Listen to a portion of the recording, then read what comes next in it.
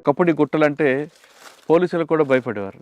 ఈ గుట్టలు ఎందుకంటే పైన మీరుండేవారు, కిందన పోలీసులు ఉండేవారు. ఈ గుట్టలు ఎక్కడం కూడా మీకు సులువు కానీ పోలీసులకు కష్టంగా ఉండేది.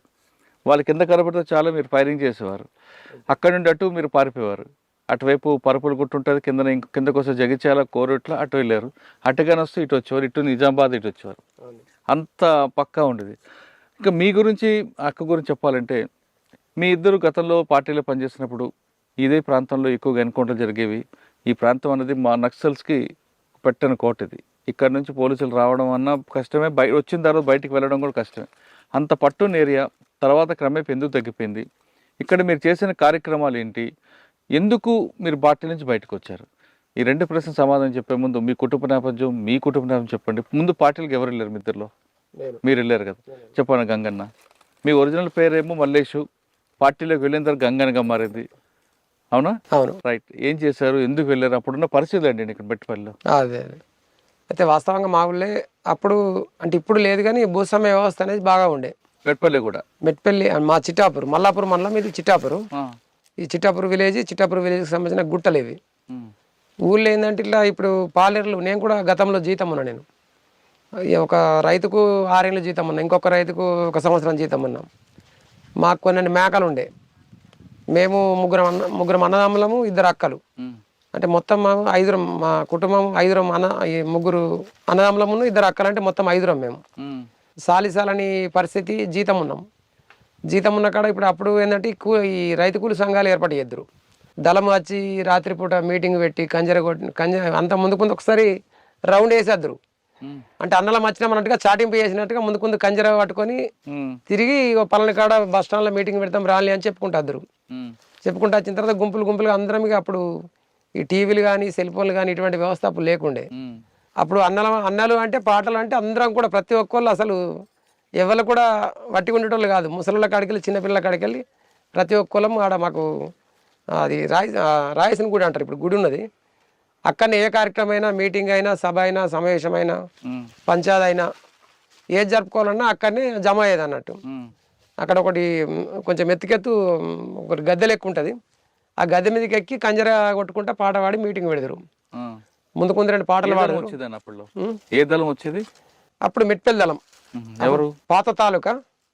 అప్పుడు ప్రభాకర్ అన్న, అల్లేశంకర్ ఆలియస్ ప్రభాకర్ అని చెప్పేసి వాళ్ళది పక్కనే ఇక్కడ కొర్రికల్ల, మెట్పల్లి మండలం కొర్రికల్ల. ప్రభాకర్ అన్న ప్రమోషన్ మీద జిల్లా కమిటీ సభ్యుడై వెళ్ళిపోయిన తర్వాత సాగర్ వచ్చాడు.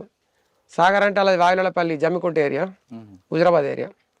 సాగరు ఆయన లొంగిపోయిన తర్వాత, ఆయన కేసుల పల్లై మళ్ళీ లొంగిపోయిన తర్వాత పేరోళ్ళ మీద వచ్చి మళ్ళీ ఆయన ఎన్కౌంటర్ అయ్యాడు. అది వేరే. కానీ ఆయన వేయిన తర్వాత మళ్ళీ ఇక్కడ మా పక్కనే మొగిలిపేట రమేష్ అని, గంగుల వెంకటస్వామి ఆలియస్ రమేష్ అన్న అని, అప్పుడు మనకు జిల్లా కార్యదర్శిగా పనిచేసి మానాల ఎన్కౌంటర్లో చనిపోయాడు. అప్పుడు మేము ఇదే రైతు కూలి సంఘం పెట్టారు ఇక్కడ. దాసరి గంగమల్లయ్య అని చెప్పేసి మాకు ఆయన జిఆర్డి కమాండర్ ఉండే. జిఆర్డి అంటే గ్రామ రక్షక దళం.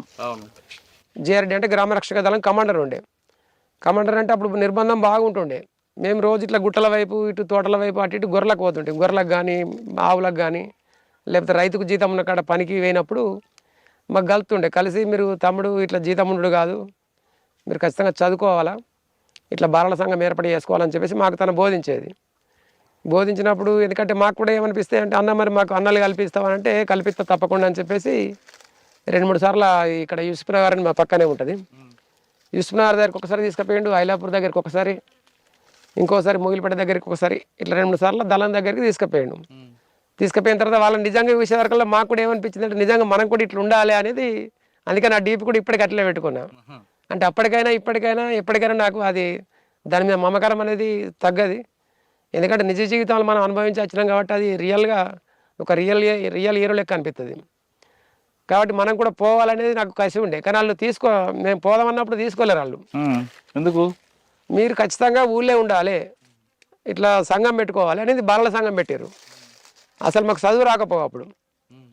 చదువు అంటే సాలిసాలని కుటుంబ ఆర్థిక ఇబ్బందులు, పరిస్థితుల వల్ల నేపథ్యం చూసుకుంటే ఏంటంటే 1 ఎకరం భూమిలో ఏం పండేది కాదు. మా అన్న జీతం ఉంటుండే, నేను ఒకరికి జీతం ఉన్నా, మా తమ్ముడు ఇంకో ఆయనకు జీతం ఉన్నాడు. ఇక అటువంటి పరిస్థితుల్లో అందరం జీతం ఉండి పని చేసుకొని మా అక్కలకు పెళ్లి చేసి వాళ్ళకి వరకట్నాలు ఇవన్నీ అప్పుడున్న వ్యవస్థలు ఇవన్నీ ఉంటుండే. కాబట్టి వాళ్ళకి చేసే వరకు మాకు కూడా ఇక్కడ ఏమి ఉండకపోవు. అసలు ఓసారి అన్నం తిందామంటే కూడా సరిపోయేంత పరిస్థితి ఉండకపోవు. అప్పుడు ఎక్కువ గడక కానీ అన్నం కానీ అన్నం కొద్దిగా అంత ఉంటుండే. చుట్టాలు వస్తే అన్నం వండుదురు. అసలు వాస్తవంగా గడకనే. చుట్టాలు వస్తే వాళ్ళని గౌరవించాలి కాబట్టి వాళ్ళకు బియ్యం తీసుకొచ్చి అన్నం వండే పరిస్థితి ఉంటుండే. అటువంటి నేపథ్యంకి వెళ్ళి వచ్చినాం కాబట్టి మనకు కూడా అక్కడికి పోతే మనము సాధించాలనే కసి ఒకటి, తర్వాత పాటలకు మరి ముఖ్యంగా పాటలకు ఆకర్షితమైనాం. ఏ పాట బాగా మీకు ఇష్టం? అప్పటి పాటలు నాకు గుర్తులేవు కానీ నాకు కూడా అంటే ఇప్పుడు నేను కూడా ఒక 8 సంవత్సరాలు పనిచేసిన కాబట్టి నేను కూడా చివర్లో వాడమన్నా వాడతా, మధ్యలో వాడమన్నా వాడతా. ఒక పాట పాడండి. తూర్పు కనుమల్లో సూర్యుడు ఉదయించే, అల్లమ్మనోరుడు తూర్పు కోటలో ఉదయించే, అల్లమ్మనోరుడు తూర్పు కోటలో ఉదయించే, ఓరు గల్లులో విద్యార్థుద్యమ నాయకుడవై వెలిగినవన్నా, నాయకుడవై వెలిగినవన్నా, అన్నగాళ్ళను హత్యలు చేసి ఉద్యమాన్ని ఆపుతామంటూ, ఉద్యమాన్ని ఆపుతామంటూ, కలలు గన్న శత్రు ఎత్తుల సిత్తు జయ గదిలినావే, సిత్తు జయ గదిలినావే, ఓరు గల్లు పట్టణ ఆర్గనైజర్ అయి ప్రజలల్లో నువ్వు కలిసి నావే, తూర్పు కనుమల్లో సూర్యుడు ఉదయించే, అల్లమ్మనోరుడు తూర్పు కోటలో ఉదయించే, అల్లమ్మనోరుడు తూర్పు కోటలో ఉదయించే, పోలీసు బుద్ధులు అర్థం గాని కుటుంబ సభ్యులు నిన్ను వాటిస్తే, కుటుంబ సభ్యులు నిన్ను వాటిస్తే, అదరాలేదే బెదరాలేదే తడబడలేదే తొందరపడలే, నీ జీవితమే విప్లవానికే అంకితమంటూ సాటి చెప్పి, అంకితమంటూ సాటి చెప్పి, రైతు కూలి మహాసభకు అశోకన్నై తిరిగి వచ్చినవే, తూర్పు కనుమల్లో సూర్యుడు ఉదయించే, అల్లమ్మనోరుడు తూర్పు కోటలో ఉదయించే. మీ గురించి చెప్పండి, మీరు ఎందుకు వెళ్ళారు? మేము గొల్లపల్లి మండలం ఎనుమట గ్రామం మాది. మేము ముగ్గురం, ఒక తమ్ముడు చెల్లె, నేను పెద్ద నేనే వాళ్ళిద్దరికి అంటే. అయితే ఊళ్ళో మీటింగ్ పెడదురు, ఎప్పుడెప్పుడు వచ్చి ఊళ్ళో మీటింగ్ పెట్టి భూస్వాముల దగ్గర బియ్యం తీసి ఊళ్ళోనే వంచిర్రు. మా ఊళ్ళోనే వంచితే ఒక అన్న ఉండే బుగ్గరెడ్డి అని, మా ఊళ్ళోకి వెళ్ళి పోయిండు బుగ్గరెడ్డి అన్న.